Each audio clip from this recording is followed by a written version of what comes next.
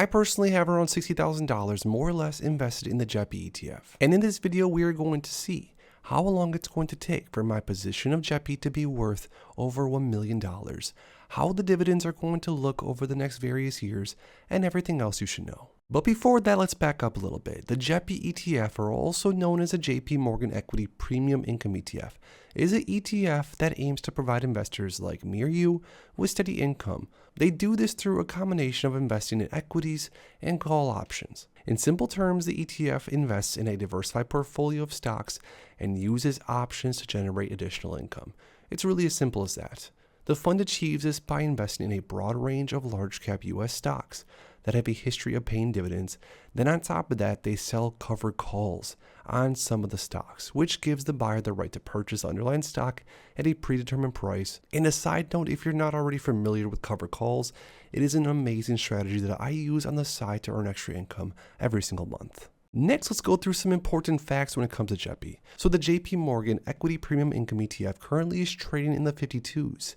And in the 52-week range, we actually saw JEPI all the way up to $62.60 a share. And in the 52-week low, we saw JEPI at $49.92. So JEPI is currently trading closer to the 52-week low than the high. JEPI is also currently down right now around 2 or 3% year to date. And since the fund's inception, it's up around 3.2%. which isn't all that great, but remember this fund is income oriented, and with the strategy in place for JEPI, you're not really buying into this ETF to really get rich off of the fund's ETF price. Some more facts about JEPI before we go into the breakdown. The current trailing 12-month dividend yield is around 12%. The annual dividend payout trailing 12-month this is around $6.37. And remember, JEPI does change the amount that they pay out every single month. Some months in the past, we've seen JEPI pay well over a 10% dividend yield, but also the amount paid by JEPI some months is going to be far less. Now let's go through with the dividend calculator and type in my actual holdings when it comes to JEPI and see what the future could look if I choose to hold on to JEPI long term and if I plan to keep reinvesting the dividends. So here in the dividend calculator, I have a starting principal of around $60,000 because I started purchasing JEPI in the last 12 months or so, and JEPI is a rather new ETF in general, and the ETF's current trailing 12-month dividend yield is 12%. Easily turn to 14% over time, or could easily turn to below 10. But for right now, we're going to input 12%. The expected annual dividend increase I put at 0 because I don't really see JEPI moving up too much further from 12%.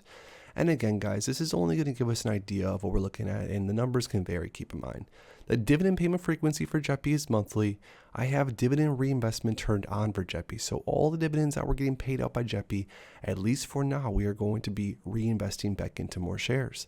The annual contribution, 0, because as of right now, within my current constraints, I'm not looking to purchase much more of JEPI. Maybe I'll grab a few more shares here and there, but $60,000 worth of it throughout my multiple portfolios, more or less, is a pretty good position size, and I don't think I'm going to go much higher than that. The expected annual share price appreciation I also put at 0 because I don't really see JEPI as something that's going to move up like crazy in share price, and although it can, I'm just going to leave that at 0 also. So with the time invested 30 years, we can see already that the inversion looks pretty aggressive. So starting off at year 1, we are going to have a $60,000 investment in JEPI, which is going to be earning us around $7,609. Which is insane. I mean, if you type in SEHD or any other ETF, obviously on a dividend calculator, you're not going to see that type of dividends kicked off the first year whatsoever. And again, this is because JEPI does have that massive 12% dividend yield starting off. So as we go through year 2, we are going to be receiving, and again, this is if nothing changes, which of course it probably will. But year number 2, we're at $8,574. Year number 3, we are at around $9,600 per year. By year number 5, we cross over $12,000 per year, which means we'd be earning over $1,000 per month in dividends, which is a massive, massive milestone. Now, as we go through here, you can scroll down, and as we see, it's going to take until around year number 11 for us to cross the $2,000 per month in dividend income. That's $25,114 per year paid by JEPI. And at this point, the JEPI position, reinvested, would be worth around almost $200,000. If we scoot 5 years down lower, we are going to be at $319,000 and $40,000 plus a year in annual dividend payouts from JEPI alone. At year 20, we'll cross over $500,000 at $579, and $73,000 plus of annual dividend income, which is much, much more than the average salary in America.